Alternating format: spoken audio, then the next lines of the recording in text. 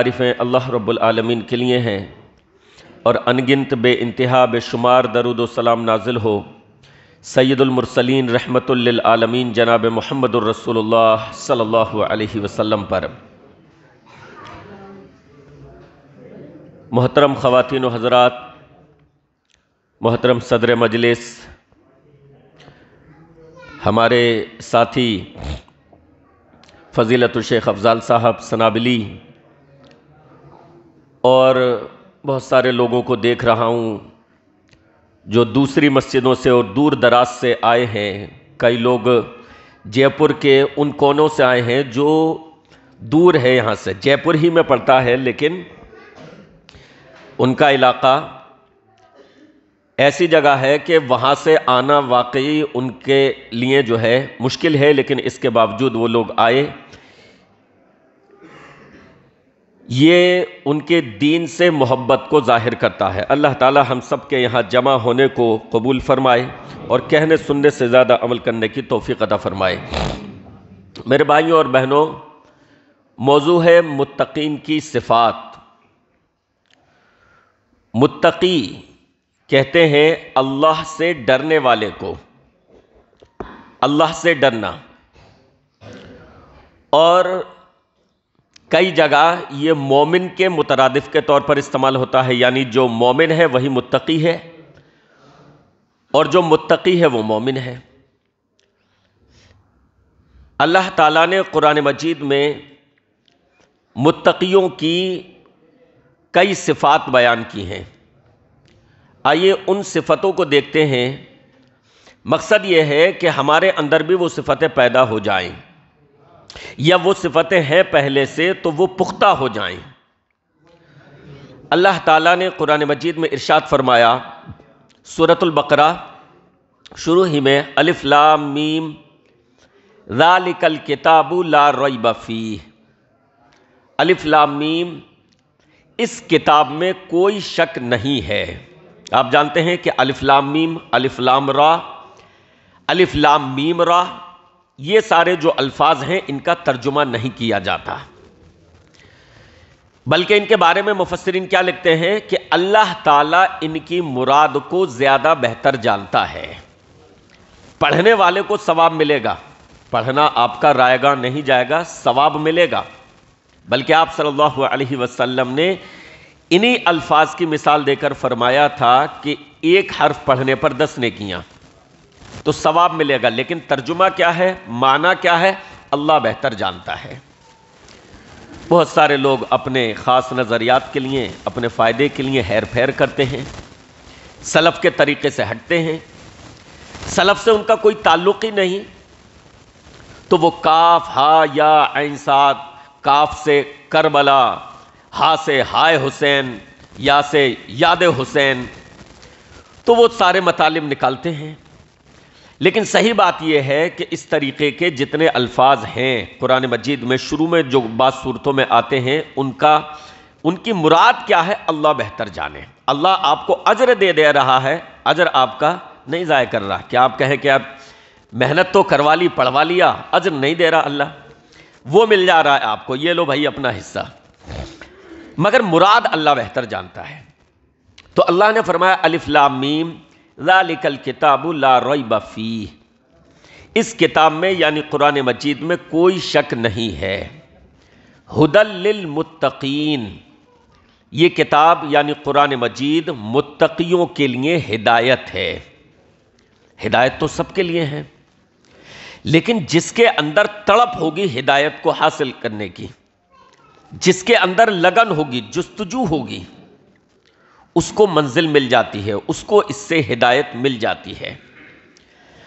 تو یہاں پر خصوصیت کے ساتھ متقیوں کا ذکر کیا، ھدی للمتقین، یہ قرآن ہدایت ہے متقیوں کے لیے۔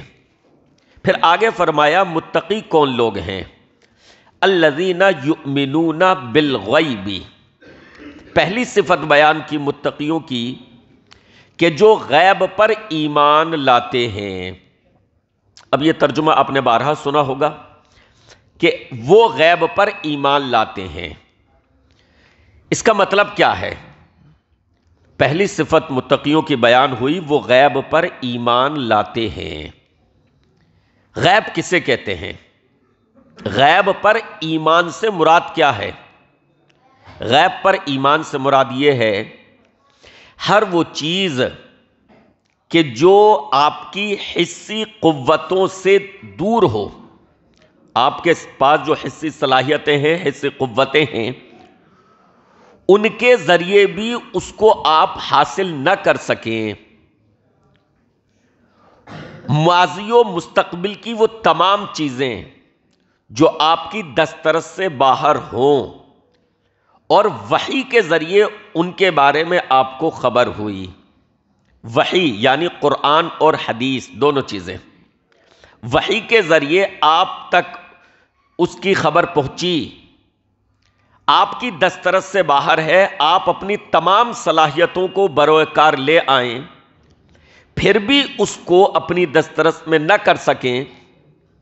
مثال کے طور پر، مثال سے زیادہ بہتر طریقے سے بات سمجھ میں آئے گی، اللہ پر ایمان۔ کیا آپ کی حسی قوتوں میں کوئی ایسی قوت ہے کہ آپ اللہ کا علم یقینی حاصل کر لیں، اللہ کا پتہ لگا لیں کہ اللہ ہے؟ نہیں لگا سکتے۔ اللہ کو دیکھا ہے کسی نے؟ کسی نے دیکھا ہے اللہ کو؟ نہیں دیکھا۔ جنت کے وجود پر ایمان، جہنم کے وجود پر ایمان۔ جنت کو دیکھا ہے کسی نے؟ نہیں دیکھا۔ جہنم کو دیکھا ہے کسی نے؟ نہیں دیکھا۔ اللہ کی کتابوں پر ایمان، اللہ کے فرشتوں پر ایمان۔ دیکھا ہے کسی نے فرشتوں کو؟ ہمارے ساتھ فرشتے ہیں، اس مجلس میں بھی اس وقت ہوں گے۔ کسی نے دیکھا ہے؟ کوئی محسوس کر سکتا ہے ان کو، سن سکتا ہے ان کو، دیکھ سکتا ہے؟ نہیں۔ یہ ساری چیزیں کیا ہیں؟ غیب سے تعلق رکھتی ہیں، لیکن آپ اس پر ایمان لائے ہیں۔ اللہ کو دیکھا نہیں، اللہ پر ایمان لائے ہیں، اللہ کی کتابوں پر ایمان لائے ہیں، اللہ کے رسولوں پر ایمان لائے ہیں۔ اللہ کی کتاب پر ایمان، رسولوں پر ایمان، یہ بھی غیب سے تعلق رکھتا ہے۔ بھئی رسول اللہ صلی اللہ علیہ وسلم صحابہ کرام کے سامنے موجود تھے، لیکن یہ چیز کہ آپ کو رسالت ملی ہے، رسالت کے دعوے میں آپ حق بجانب ہیں، یہ چیز غیب سے تعلق رکھتی ہے۔ تو رسولوں پر ایمان، آخرت کے دن پر ایمان، جنت و جہنم پر ایمان، یہ سب چیزیں کیا ہیں؟ غیب پر ایمان۔ ابو العالیہ رحمہ اللہ فرماتے ہیں کہ الذین یؤمنون بالغیب، اس کا مطلب یہ ہے کہ ایمان والے متقی لوگ جو ہیں وہ ایمان لاتے ہیں اللہ پر، اس کے رسولوں پر، اس کی کتابوں پر، آخرت کے دن پر، جنت و جہنم کے وجود پر، اللہ سے ملاقات پر، وہ ایمان لاتے ہیں۔ علامہ قرطبی رحمہ اللہ فرماتے ہیں کہ اس آیت میں جو ایمان مراد ہے وہی ایمان ہے جس کی طرف حدیث جبرائیل میں اشارہ کیا گیا ہے۔ حدیث جبرائیل کیا ہے؟ حضرت عمر بن خطاب رضی اللہ عنہ فرماتے ہیں رسول اللہ صلی اللہ علیہ وسلم ہمارے درمیان بیٹھے ہوئے تھے، اتنے میں ایک شخص آیا، کالی داڑھی ہے اس کی اور سفید صاف و شفاف کپڑے وہ پہنے ہوا ہے، اور اس کے جسم پر، اس کے کپڑوں پر سفر کے کوئی آثار نہیں ہیں، ہم میں سے کوئی اسے پہچانتا بھی نہیں ہے۔ بھئی دو ہی باتیں ہو سکتی ہیں، یا تو کوئی شخص ہمارے محلے کا ہے یا پھر وہ سفر کر کے آیا ہے۔ اگر محلے کا ہے تو ہم اس کو پہچانتے ہوتے، محلے کا تھا نہیں، ہم اس کو پہچانتے نہیں تھے، اور محلے کا نہیں ہے تو مطلب یہ ہے دوسرے علاقے سے آیا ہے، دور سے آیا ہے، دور سے آیا ہے تو اس پر سفر کے آثار دکھنے چاہیے تھے، لیکن سفر کے آثار بھی اس پر نہیں ہے، صاف و شفاف سفید رنگ کے کپڑے پہنا ہوا ہے، کالے رنگ کی اس کی داڑھی ہے، آیا اور رسول اللہ صلی اللہ علیہ وسلم کے پاس بیٹھ گیا، جیسے ایک طالب علم بیٹھتا ہے، اپنے زانوں کو تہ کر گھٹنوں کو موڑ کر بیٹھتا ہے اس طریقے سے بیٹھ گیا اور اس نے اپنے زانوں پر یا جیسے محبت میں دوسرے کے زانوں پر ہاتھ رکھ لیتے ہیں اس طریقے سے رسول اللہ صلی اللہ علیہ وسلم کے زانوں پر ہاتھوں کو رکھا اور پوچھا کہ اے اللہ کے رسول صلی اللہ علیہ وسلم مجھے اسلام کے بارے میں بتائیے۔ آپ نے جواب دیا۔ پھر کہا اے اللہ کے رسول صلی اللہ علیہ وسلم مجھے ایمان کے بارے میں بتائیے۔ آپ نے فرمایا ان تؤمن باللہ والیوم الآخر، ایمان یہ ہے کہ تم ایمان لاؤ اللہ پر، آخرت کے دن پر، وبکتابہ وبرسولہ وبرسولہ، اور تم ایمان لاؤ اس کی کتابوں پر، اس کے رسولوں پر، اسی طریقے سے تم ایمان لاؤ تقدیر کے اچھا برا ہونے پر، کہ جو کچھ ہے وہ تقدیر میں لکھا ہوا ہے۔ اللہ نے انسان کو مختار بنایا ہے، اس کو کسی حد تک اختیار دیا ہے، لیکن پھر اس کے بعد یعنی اختیار جو دیا ہے ایک خاص حد تک دیا ہے، مکمل طور پر وہ مختار نہیں ہے، کچھ چیزوں میں وہ تقدیر کا پابند ہے، لہٰذا وہاں پر جا کر اس کا اختیار ختم ہو جاتا ہے، پھر نفع اور نقصان جو اس کو ملتا ہے وہ سارا کا سارا وہی ہے جو اس کے مقدر میں لکھا ہوا ہے۔ قلم خشک ہو گئے، صحیفے لپیٹ لیے گئے، جو کچھ اس کے مقدر میں ہے وہی اس کے ساتھ پیش آ رہا ہے، یہ ایمان ہے۔ تو علامہ قرطبی رحمہ اللہ فرماتے ہیں کہ ایمان سے مراد وہی ایمان ہے جس کی طرف حضرت حدیث جبریل میں اشارہ ہے۔ تو انہوں نے کہا، جب اللہ کے نبی علیہ السلام نے وضاحت فرمائی ایمان یہ ہے، تو اس شخص نے کہا کہ صدقتا، آپ نے بالکل سچ کہا۔ حضرت عمر کہتے ہیں کہ ہمیں بڑا تعجب ہوا، سوال بھی کرتا ہے اور پھر کہتا، تصدیق بھی کرتا ہے کہ آپ نے بالکل سچ کہا، یعنی پوچھتا بھی ہے اور پھر کہتا ہے کہ آپ نے سچ کہا۔ جب وہ شخص چلا گیا، رسول اللہ صلی اللہ علیہ وسلم نے پوچھا جانتے ہو وہ کون تھے؟ وہ جبرائیل تھے، تمہیں دین سکھانے کے لیے آئے تھے، تاکہ سوال کریں تمہارے سامنے بیٹھ کر، مجھ سے سوال کریں میں جواب دوں، اور سوال اور جواب کی اس شکل میں تم کو دین سمجھ میں آ جائے۔ تو وہ حضرت جبرائیل تھے۔ علامہ ابن تیمیہ رحمہ اللہ بھی تقریباً یہی بات فرماتے ہیں کہ ایمان سے مراد انہی بنیادی چیزوں پر ایمان لانا ہے۔ تو الذین یؤمنون بالغیب، متقیوں کی پہلی صفت غیب پر ایمان لانا، یعنی اللہ کو آپ نے دیکھا نہیں، اس پر ہم ایمان لائے ہیں، اس کی کتابوں پر ایمان لائے ہیں، اس کے رسولوں پر ایمان لائے ہیں، جنت اور جہنم کے وجود پر ایمان ہے، اللہ کے حضور حاضر ہونا ہے، حساب و کتاب دینا ہے، اس پر ایمان ہے، مر کر گل سڑ کر مٹی میں فنا ہو کر فنا نہیں ہو جانا ہے، پھر اس کے بعد اللہ زندہ کرے گا، پھر اس کے بعد اللہ رب العالمین حساب و کتاب لے گا، اس چیز کا احساس ہے، اس چیز پر ایمان لائے ہیں۔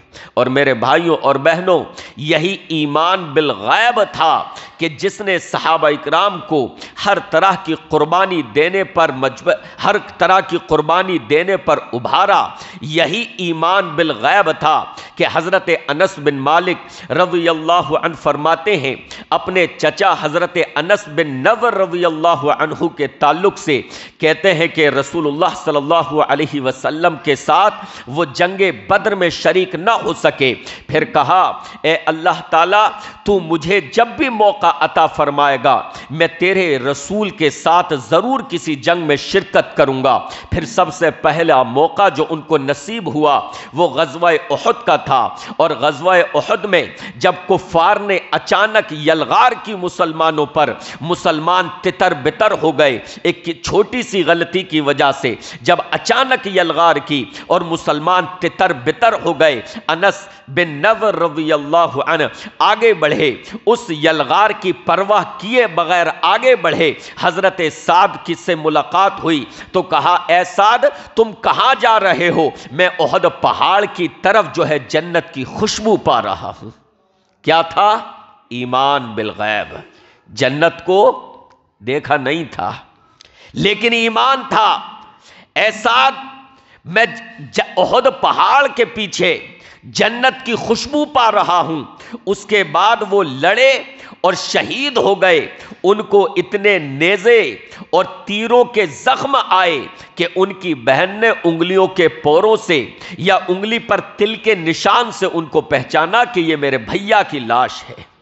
یہی ایمان بالغیب کی طاقت تھی۔ حضرت جابر بن عبداللہ رضی اللہ عنہما فرماتے ہیں، قال رجل للنبی صلی اللہ علیہ وسلم یوم احد، احد والے دن ایک آدمی نے رسول اللہ صلی اللہ علیہ وسلم سے دریافت کیا۔ حضرت عمیر بن حمام رضی اللہ عنہ نے کہا، اے اللہ کے رسول صلی اللہ علیہ وسلم، اگر میں اللہ کی راہ میں شہید ہو جاؤں فَأَيْنَ أَنَا، میرا ٹھکانہ کیا ہوگا، میں کہاں جاؤں گا؟ آپ علیہ السلام نے فرمایا فِي الْجَنَّةِ، تم جنت میں جاؤ گے۔ آپ بتائیے، کیا رسول کے فرمانے کے بعد انہوں نے جنت کو اپنی نگاہوں سے دیکھ لیا؟ نہیں، جنت کو انہوں نے اپنی نگاہوں سے دیکھا نہیں تھا، لیکن رسول کی زبان مبارک سے نکلا تو ان کا ایمان یہ تھا کہ نبی نے جو فرما دیا ہے وہ ہو کر رہے گا۔ چنانچہ حضرت جابر بن عبداللہ فرماتے ہیں، وہ کھجوریں کھا رہے تھے، انہوں نے کھجوریں نکالی، ان کو کھا رہے تھے، کھجوریں جو ہاتھ کی تھیں ان کو پھینک دیا اور کہا کہ اگر میں کھجوریں کھانے میں لگا تو اب تب تک تو بڑی دیر ہو جائے گی۔ اس کے بعد میدان قتال میں کود پڑے، ثم قاتل حتی قتل، اور پھر اس قدر مرد، اس قدر بہادری سے اور اس قدر دلیری سے لڑے کہ وہ اللہ کے راہ میں شہید ہو گئے۔ کیا تھا؟ ایمان بالغیب۔ دیکھا نہیں، اللہ کو دیکھا نہیں ہے، آخرت کا دن ابھی دیکھا نہیں ہے، جنت کو دیکھا نہیں ہے، جہنم کو دیکھا نہیں ہے، بن دیکھے ایمان لائے ہیں۔ ہمارے پاس سب سے بڑی دولت جو ہے، ہمارے پاس سب سے عظیم نعمت جو ہے، وہ یہی ایمان بالغیب ہے، یہی ایمان بالغیب۔ اسی ایمان کے تعلق سے رسول گرامی علیہ السلام نے ارشاد فرمایا، اس ذات کی قسم ہے جس کے ہاتھ میں میری جان ہے، ما یسمع بی احد من هذه الامتی یہودی ولا نصرانی ثم يموت ولم يؤمن بالذی ارسلت به الا ادخلہ النار۔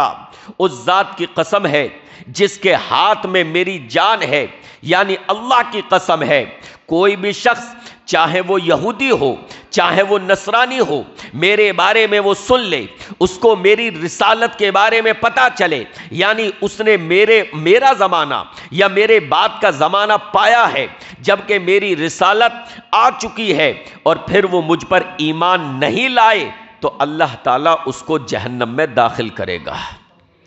یہی ایمان بالغیب ہے کہ حضرت ابوبکر رضی اللہ عنہ، اللہ اکبر، حضرت ابوبکر کا لقب کیا ہے؟ صدیق، حضرت عمر کا فاروق، حضرت عثمان کا ذو النورین۔ دو بیٹیوں سے نکاح ہوا تھا آپ صلی اللہ علیہ وسلم کی، ذو النورین، لوگ ایک ہی بیٹی کو جانتے ہیں، دو بیٹیوں سے یکے بعد دیگرے، پہلے ایک سے ان کی وفات ہو گئی، پھر آپ صلی اللہ علیہ وسلم نے اپنی دوسری بیٹی ان کے نکاح میں دی، اور حضرت علی کا حیدر۔ حضرت ابوبکر رضی اللہ عنہ کا لقب کیا ہے؟ صدیق۔ یہ لقب ان کو کیوں ملا؟ کیونکہ حضرت ابوبکر رضی اللہ عنہ کی شان یہ تھی کہ بعض وہ معاملات بھی کہ جہاں پر عام ذہن جو ہیں پس و پیش کے شکار ہوں، ابوبکر رضی اللہ عنہ پہلی ہی فرصت میں ایمان لے آتے تھے کہ رسول نے کہہ دیا تو میں ایمان لے آیا۔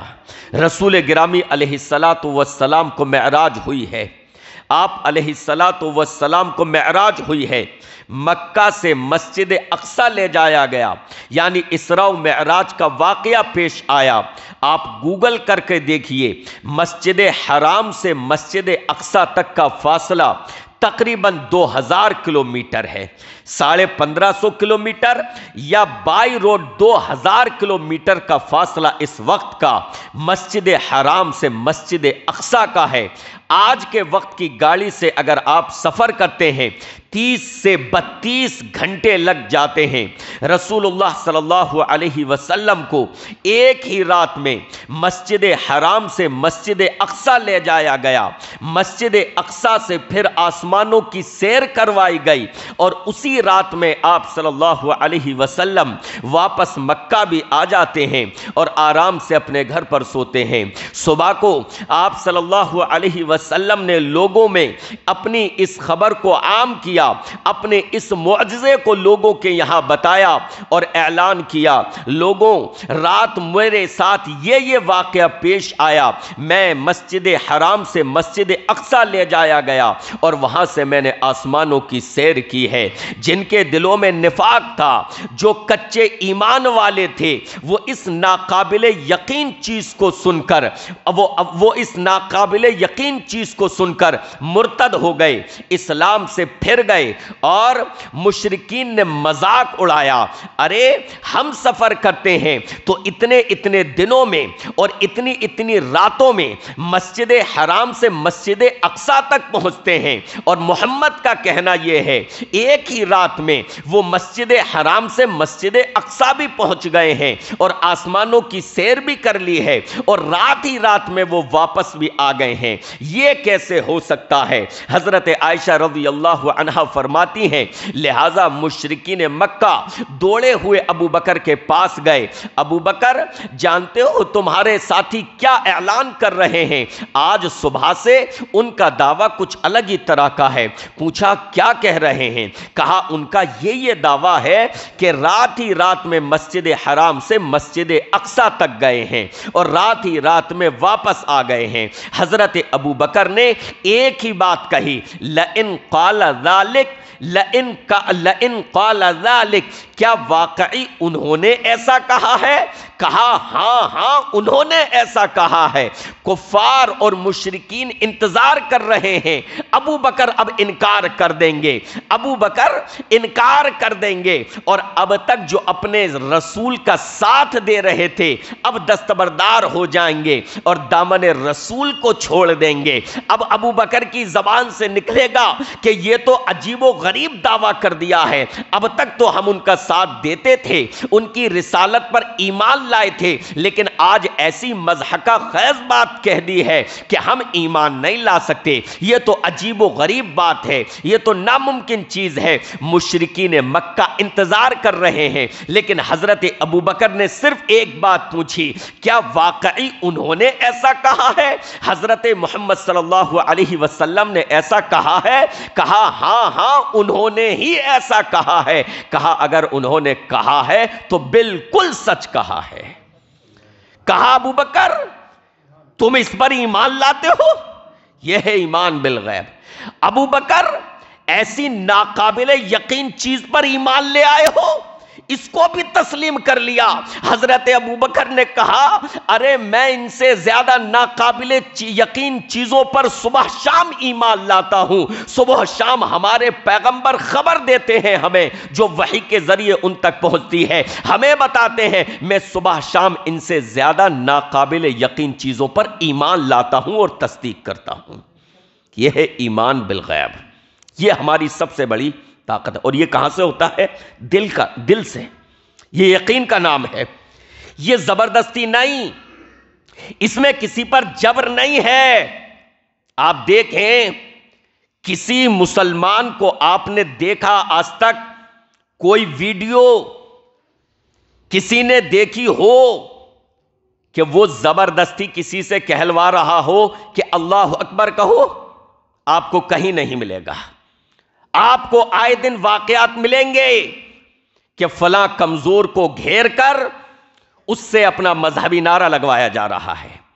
جے ایس آر کے نعرے، جے شری رام کا نعرہ لگوایا جا رہا ہے. ابھی ویڈیو دیکھی اور آپ نے بھی دیکھی ہوگی کہ 3 بچوں کو پکڑ کر ان سے جے شری رام کا نعرہ لگوایا جا رہا ہے زبردستی. ان کو مارا جا رہا ہے. ان کو پیٹا جا رہا ہے کہ لگاؤ جے شری رام کا نعرہ. اور آپ نے ویڈیو دیکھی ہوں گی کہ کسی بزرگ کو پکڑ کر، کسی بوڑھے اور کمزور کو پکڑ کر، اس کی داڑھی پکڑ کر اسے مجبور کیا جا رہا ہے کہ جے شری رام کا نعرہ لگواؤ. بھیڑ گھیر کر ایک اکیلے شخص کو اپنے علاقے میں گھیر کر زبردستی اس سے جے شری رام کا نعرہ لگواتے ہیں. اس کا مطلب یہ ہوا کہ یہ نعرہ زبردستی لگوانے والے، ظلم و زیادتی کرنے والے اور جبر کرنے والے، وہ یہ سمجھتے ہیں کہ ان کے دھرم میں ایسی کوئی کشش نہیں ہے جو لوگوں کو اپنی طرف کھینچ سکے.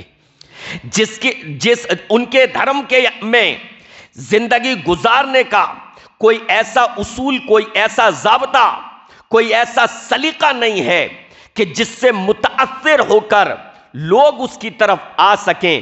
لہذا وہ اپنے عمل سے یہ ثابت کرتے ہیں کہ ہم زبردستی لوگوں کو اس میں داخل کریں گے. لہذا زبردستی کہتے ہیں کہ یہ سلوگن لگاؤ، جے شری رام کہو.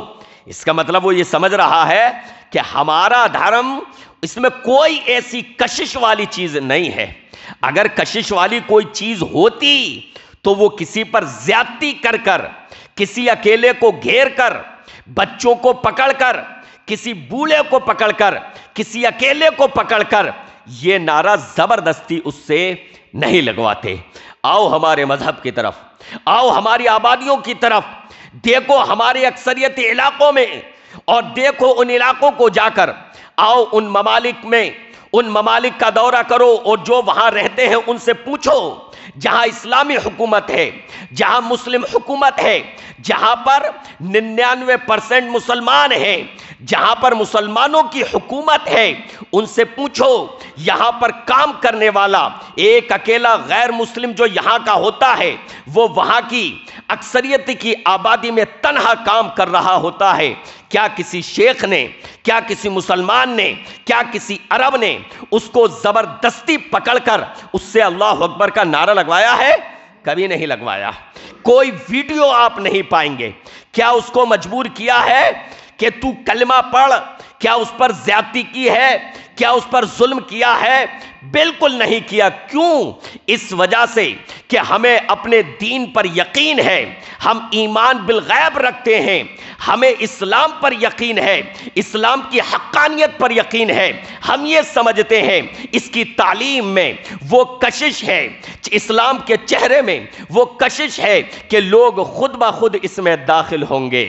تم الزام لگاؤ گے کہ یہ داخل ہوئے ہیں، ان کو پیسے دیے گئے ہیں، ان کو ورغلایا گیا ہے، ان کو ایسا کیا گیا ہے، ان کو ویسا کیا گیا ہے. لیکن اگلے دن ویڈیوز کی شکل میں ان کے انٹرویو آئیں گے، ان کے بیانات آئیں گے کہ نہیں یہ الزامات غلط ہیں، ہم اپنی خوشی سے اسلام میں داخل ہوئے ہیں. تو میرے بھائیوں، یہ ہے ایمان بالغیب، یہ ہے کشش ایمان بالغیب کی. ہمیں اپنے دھرم پر، ہمیں اپنے دین پر، اس کی حقانیت پر، اس کی سچائی پر یقین ہے.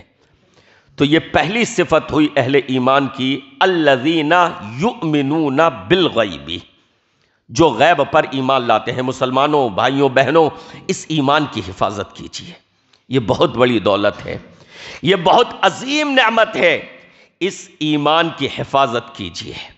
یہ دولت اتنی عظیم ہے کہ دنیا کی کوئی دولت اس کا مقابلہ نہیں کر سکتی. ایمان کی دولت یہ ایسی چیز نہیں ہے کہ یہ اچھی سوسائٹی کو دیکھ کر، کسی کے ظاہری اسٹیٹس کو دیکھ کر، اس کے مال و دولت کو دیکھ کر، اس کی پوش کالونی کو دیکھ کر، اس کی سرکاری ملازمت کو دیکھ کر اس دولت کو قربان کر دیا جائے. یہ دولت ایسی سستی نہیں ہے. میری بہنوں، ایک غریب مزدور اہل ایمان کا انتخاب کرنا، ایک غریب مزدور اہل ایمان کا انتخاب کر لینا، تنگی میں زندگی بسر کرنا، گوارا کر لینا، لیکن اپنے ایمان سے سودا مت کرنا. بہنوں، تمہارے سامنے حضرت ام سلیم کا وہ طرز عمل ہونا چاہیے. ام سلیم رضی اللہ عنہا، حضرت انس کی والدہ، جب مالک کا انتقال ہو گیا، جو مالک ان کے شوہر تھے، حالت کفر میں ان کا انتقال ہو گیا، تو ام سلیم کے پاس پیغام نکاح آیا ابو طلحہ کا۔ ابو طلحہ بھی کافر تھے، ابو طلحہ کا پیغام نکاح آیا، لیکن دنیاوی اعتبار سے بڑے مضبوط تھے، مال و دولت تھی، اسٹیٹس تھا، وقار تھا، عزت تھی، لوگوں کے یہاں ان کی پوچھ تاچھ تھی، لوگوں کے یہاں ان کا اچھا مقام تھا۔ حضرت ام سلیم رضی اللہ عنہا نے کہا کہ ابو طلحہ تم اس حیثیت کے مالک ہو کہ تمہارے پیغام نکاح کو لوٹایا نہیں جانا چاہیے، تم اس حیثیت کے مالک ہو، تم نے پیغام نکاح دیا ہے، تمہارے پیغام نکاح کو نہیں لوٹایا جانا چاہیے، مگر مسئلہ یہ ہے تم مشرک ہو، میں مومنہ ہوں، لہٰذا میں تم سے نکاح نہیں کر سکتی۔ ہماری بہنیں ام سلیم کے اس طرز عمل کو اپنے سامنے رکھیں۔ جے پور میں کتنے واقعات ایسے پیش آئے ہیں، کتنے واقعات ایسے پیش آئے ہیں، لوگوں نے اپنے علم والے واقعات، یعنی جو باقاعدہ ان کی معلومات میں ہیں، ایسا نہیں کہ سوشل میڈیا پر پڑھے، ایسا نہیں کہ اخبارات میں پڑھ لیے، ایسا نہیں ہے کہ سنے ہیں، بلکہ ان کے علم میں اس طرح کے واقعات ہیں کہ فلاں کی بہن بھاگ گئی، فلاں کی بیٹی بھاگ گئی، فلاں کے گھر سے فلاں لڑکی غیر کے ساتھ بھاگ گئی۔ میری بہنوں، ایمان تمہارے پاس یہ وہ دولت ہے کہ اس کے مقابلے میں دنیا بھر کی دولتیں کوئی حیثیت نہیں رکھتی ہیں۔ ام سلیم نے کہا ابو طلحہ تم اس شخصیت کے مالک ہو، تمہاری حیثیت یہ ہے کہ تم پیغام نکاح دے رہے ہو تو لوٹانا نہیں چاہیے، مگر مسئلہ یہ ہے میں مومنہ ہوں، تم مشرک ہو، میں تم سے نکاح نہیں کر سکتی، ہاں اگر تم ایمان لے آؤ تو میں تم سے نکاح کر سکتی ہوں۔ تو ابو طلحہ نے پھر جو ہے اسلام کا مطالعہ کیا، اسلام کو سمجھا، اسلام ان کی سمجھ میں آیا، اسلام ان کے دل میں بیٹھ گیا، اسلام کو قبول کیا، اور حضرت ام سلیم نے ان سے نکاح کر لیا بغیر کسی مہر کے، بغیر کسی مہر کے۔ حضرت ام سلیم نے کہا کہ میرا مہر تمہارا اسلام قبول کرنا ہی ہے، جبکہ عربوں میں آج بھی بھاری بھرکم مہر چلتا ہے۔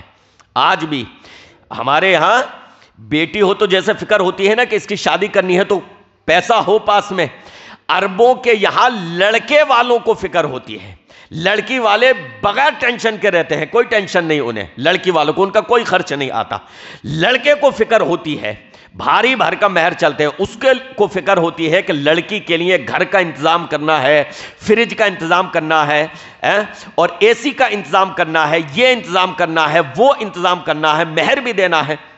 اور یہاں اپنے یہاں کیا ہوتا ہے، لڑکا سوچتا ہے لڑکی لے کر آئے گی، فریج بھی لائے گی، بائک بھی لائے گی، اور کار بھی لائے گی، گھر بھی دلوائے گی، سب کچھ وہ لے کر آئے گی۔ کفار والی عادات ہمارے یہاں، لیکن ان کے یہاں تو اب بھی وہاں پر بھاری بھرکم مہر چلتے ہیں، لیکن ام سلیم نے بغیر مہر لیے نکاح کیا، مہر لیا، لیکن کیا تھا مہر؟ ان کا ایمان لانا۔ تو یہ ایمان اتنی بڑی دولت ہے، ایمان بالغیب اتنی بڑی دولت ہے جو متقیوں کی سب سے پہلی صفت ہے۔ اللہ رب العالمین سے دعا ہے کہ رب العالمین ہمیں اس ایمان کی حفاظت کرنے کی اللہ تعالیٰ توفیق عطا فرمائے۔ دوسری صفت الذین یؤمنون بالغیب ویقیمون الصلاۃ، متقیوں کی دوسری صفت کیا ہے؟ جو نماز قائم کرتے ہیں۔ متقی وہ ہیں جو نماز قائم کرتے ہیں۔ یہ مشکل صفت آ گئی ہے، وہی چلتا رہتا وہ بڑھیا تھا، وہ صفت بڑھیا تھی، سبحان اللہ اور ماشاء اللہ۔ یہ ذرا مشکل مسئلہ آ گیا، اس پر کیسے عمل کریں؟ نماز میرے بھائیوں یہ مشکل چیز ہے، اور واقعتاً مشکل ہے، واقعتاً مشکل ہے، سوائے ان لوگوں کے کہ جو اللہ رب العالمین سے حقیقی معنوں میں ڈرتے ہیں، ان کے لیے یہ آسان ہے، ان کے لیے یہ آسان ہے۔ جو واقعی اللہ رب العالمین سے ڈرتے ہیں ان کے لیے یہ آسان ہے، لیکن اگر دل میں اللہ کا خوف نہ ہو، دل میں اگر اللہ کا ڈر نہ ہو، تقوی نہ ہو، تو نماز پڑھنا انسان کے لیے بڑا مشکل ہے۔ میرے بھائیوں، متقیوں کی دوسری صفت ہے نماز پڑھنا، نماز کی پابندی کیجیے۔ نماز ان 5 چیزوں میں سے ہے جن پر اسلام کی بنیاد ہے۔ آپ صلی اللہ علیہ وسلم نے فرمایا بنی الاسلام علی 5 شہادت اللہ الہ الا اللہ وان محمد الرسول اللہ واقام الصلاۃ وایتاء الزکاۃ والحج وصوم رمضان۔ کیا؟ پہلی چیز کلمہ شہادت کا اقرار، اور دوسری چیز نماز کا قائم کرنا۔ تو نماز ان 5 چیزوں میں سے ہے کہ جن پر اسلام کی بنیاد ہے، یہ ستون کی حیثیت رکھتی ہے۔ اور نماز پڑھنا منافقوں پر بھاری ہے، اہل ایمان پر آسان ہے۔ میں یہ نہیں کہہ رہا، اللہ کی پناہ، نفاق کا فتویٰ کسی پر نہیں، لیکن صفت جو ہے، صفت یہ کس کی ہے؟ منافقین کی، اللہ کی قسم۔ آج بھی عرب معاشرے میں تمام قسم کی کمیوں کے باوجود آپ دیکھیں گے کہ ان کے یہاں 2 چیزیں سب سے اہم ہیں۔ ایک توحید، اس میں وہ کمپرومائز نہیں کرتے، سعودی عرب والے توحید میں کمپرومائز نہیں کرتے، عقیدہ ان کا مضبوط ہے۔ اور دوسری چیز نماز۔ ان کا شرارتی سے شرارتی نوجوان وقت ہو جائے گا نماز ضرور پڑھے گا، باقی چیزوں میں وہ لگا ہوگا۔ شرارتیں بھی ان کی کوئی زیادہ بھاری نہیں، کوئی زیادہ، ابھی جو وہاں چھوٹ ملی ہوئی ہے نا کچھ، اور لوگوں کو فکر ہو رہی ہے، فکر ہونی چاہیے، لیکن جتنی فکر سعودی عرب کی ہے اتنی فکر اگر مسلمان اپنی کر لیں تو اصلاح کا کام ہو جائے۔ جتنی فکر مسلمانوں کو سعودی عرب کی ہے اتنی فکر ہم اگر اپنے محلوں کی، اپنی مسجدوں کی، اپنی سوسائٹی کی، اپنے سماج کی کر لیں تو سماج کی اصلاح ہو جائے۔ لیکن وہ جتنی آزادی ملی ہے نا ابھی، اس سے فائدہ سب دوسرے لوگ اٹھا رہے ہیں۔ سعودی معاشرے میں ابھی بھی دینداری بہت زیادہ ہے۔ جو باہر کے لوگ ہیں، مصری، یمنی، بنگلہ دیشی، پاکستانی، ہندی، یہ ان آزادیوں سے فائدہ اٹھا رہے ہیں، ان کی خواتین فائدہ اٹھا رہی ہیں۔ وہاں کا جو خالص معاشرہ ہے سعودی عرب کا، آج بھی ان میں دینداری ہم سے 1,00,000 درجہ زیادہ ہے۔ توحید میں ان کے یہاں کمپرومائز نہیں، نماز سے کمپرومائز نہیں، نماز میں کوئی وہ نہیں۔ سفر کر رہے ہوں گے، نماز کا وقت ہو جائے گا، راستے میں گاڑی روکیں گے، نماز پڑھیں گے، نماز نہیں چھوڑتے بالکل بھی۔ میرے بھائیوں، نماز کو چھوڑنا یہ منافقین کی علامت ہے، نماز منافقین پر بھاری ہے۔ اللہ رب العالمین نے فرمایا ان المنافقین یخادعون اللہ وہو خادعہم، منافقین اللہ کے ساتھ چال بازیاں کرتے ہیں اور اللہ تعالیٰ ان کے ساتھ چال بازی کرتا ہے، اللہ ان کی چال کا بدلہ ان کو دیتا ہے۔ اللہ نے فرمایا کہ جب منافقین نماز میں کھڑے ہوتے ہیں تو کیسے کھڑے ہوتے ہیں؟ قاموا کسالی، سستی کے ساتھ، دکھانے کے واسطے بس، اور ان کا کوئی مقصد نہیں، تاکہ مسلمان ان کو مسلمان سمجھیں۔ اور اہل ایمان کی نشانی کیا ہے؟ قد افلح المؤمنون الذین هم فی صلاتهم خاشعون، مومن کامیاب ہو گئے جو اپنی نمازوں میں خشوع اختیار کرتے ہیں۔ تو میرے بھائیوں اور بہنوں، نماز منافقوں پر بھاری ہے، اہل ایمان پر آسان ہے۔ تو ہم اور آپ ایمان والوں میں شمار ہونا چاہتے ہیں یا منافقین میں؟ اللہ کی پناہ، ایمان والوں میں۔ ہم میں کس میں شمار ہونا چاہتے ہیں؟ ایمان والوں میں۔ اللہ کے نبی علیہ السلام نے ارشاد فرمایا، حضرت ابو ہریرہ رضی اللہ عنہ راوی حدیث، عن ابی ہریرہ رضی اللہ عنہ قال قال رسول اللہ صلی اللہ علیہ وسلم والذی نفسی بیدہ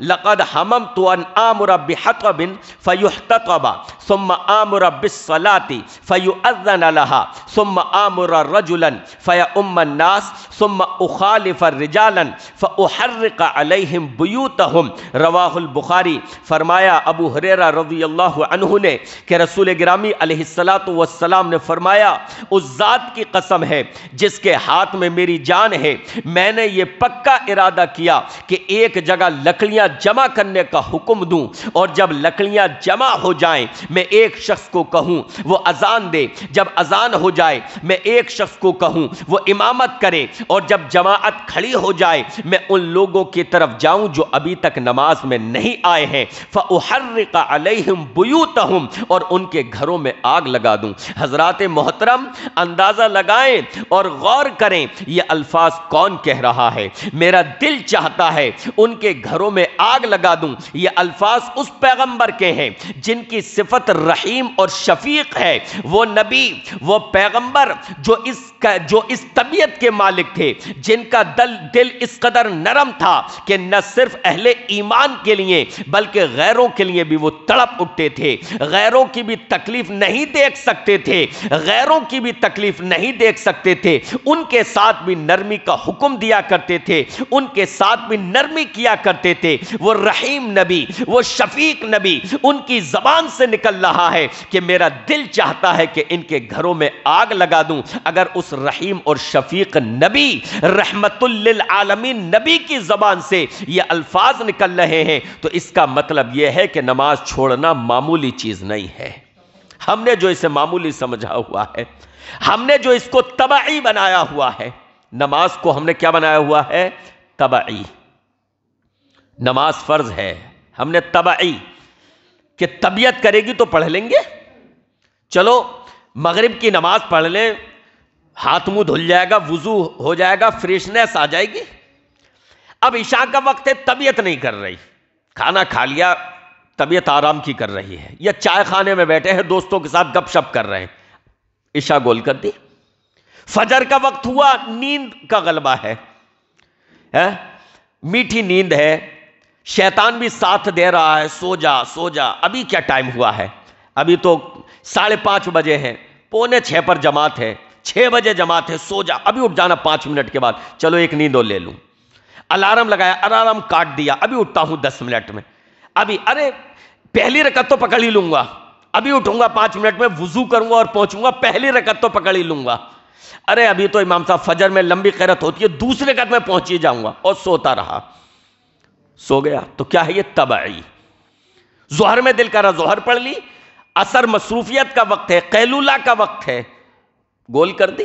تو نماز کو کیا بنا رکھا ہے؟ تبعی۔ میرے بھائیوں نماز تبعی نہیں ہے، نماز فرض ہے، فرض سمجھ کر نماز کو ادا کیجئے، تبعی مت بنائیے کہ جب طبیعت نے کہا پڑھ لی، جب چاہا چھوڑ دی، نہیں۔ رسول اللہ صلی اللہ علیہ وسلم کے پاس بعض ایسے لوگ آئے کہ جن کے گھر مسجدوں سے دور تھے، اور اللہ کے نبی علیہ السلام سے انہوں نے اجازت چاہی، اے اللہ کے رسول صلی اللہ علیہ وسلم ہم مسجد کے قریب آ جائیں۔ آپ صلی اللہ علیہ وسلم نے ان کو فرمایا کہ اپنی جگہ پر رہو، جہاں ہو وہاں رہو، وہاں سے یہاں تک آنے میں جو تم چل کر آتے ہو اس کا بھی تم کو اجر و ثواب ملتا ہے۔ میرے بھائیوں صحابہ کو نمازوں کا اس قدر شوق تھا کہ وہ لوگ صرف فرائض نہیں سنتوں کی بھی پابندی کیا کرتے تھے۔ ہم سے فرائض کی پابندی نہیں ہوتی، وہ سنتوں کی بھی پابندی کیا کرتے تھے۔ حضرت بلال رضی اللہ عنہ، رسول گرامی علیہ السلام نے کہا بلال کیا بات ہے، کوئی خاص عمل ہے، کوئی خاص نسخہ ہے؟ میں نے جنت میں اپنے آگے آگے تمہارے قدموں کی آہٹ سنی ہے، بلال کوئی خاص عمل ہے تمہارا تو بتاؤ، میں نے جنت میں اپنے آگے آگے تمہارے قدموں کی، تمہارے جوتوں کی آہٹ سنی ہے۔ صحابہ نیکیاں کرتے تھے لیکن اس کے باوجود ان کے یہاں غرور نہیں تھا۔ آج تو اگر ہم نماز پڑھتے ہیں تو بے نمازیوں سے ایسی نفرت کرتے ہیں کہ ہم ان کی اصلاح کے لیے بھی ان کے قریب جانا پسند نہیں کرتے کہ ہم تو نماز پڑھنے والے ہیں۔ حج کر لیا تو ہم غرور میں آ جاتے ہیں، مسجد کی ذمہ داریاں نبھا رہے ہیں تو تکبر آ گیا، جماعت کی ذمہ داریاں نبھائیں تو گھمنڈ آ جائے۔ اللہ ہم سب کی حفاظت فرمائے۔ لیکن صحابہ نیکیاں انجام دیا کرتے تھے، اس پر بھی غرور اور گھمنڈ نہیں کیا کرتے تھے۔ درس و دروس کا کام کریں، اچھی تقریر کرے تو انسان میں گھمنڈ آ جائے، اچھی قرات کرے تو انسان میں غرور آ جائے، لیکن صحابہ تمام قسم کی نیکیاں انجام دینے کے باوجود فخر و غرور میں مبتلا نہیں ہوتے تھے۔ رسول اللہ صلی اللہ علیہ وسلم نے جب کہا تو حضرت بلال نے یہ نہیں کہا کہ میں تو بڑا متقی پرہیزگار ہوں، بلکہ کہا اے اللہ کے رسول صلی اللہ علیہ وسلم، کوئی خاص عمل تو نہیں جانتا، ہاں اتنا ہے ایک عمل میں سمجھتا ہوں شاید اس کا یہ بدلہ اور اس کی یہ جزا ہو، میں جب بھی وضو کرتا ہوں تو 2 رکعت ضرور پڑھتا ہوں، تحیۃ الوضو ہے۔ ہم سے فرائض ادا نہیں ہوتے۔ صحابہ کا شوق عبادت دیکھیں، صحابہ کا شوق عبادت دیکھیں۔ حضرت ام حبیبہ رضی اللہ عنہا روایت کرتی ہیں، بخاری شریف کی حدیث ہے، کہتی ہیں رسول اللہ صلی اللہ علیہ وسلم نے فرمایا، جو شخص دنوں رات میں 12 رکعتوں کی پابندی کرے، اللہ تعالیٰ جنت میں اس کے لیے گھر بناتا ہے۔ کتنی رکعتیں دنوں رات میں؟ 12۔ من صلی 12 رکعتن بنی لہ بہن بیتن فی الجنتی، جو دنوں رات میں 12 رکعتوں کی پابندی کرے، اللہ تعالیٰ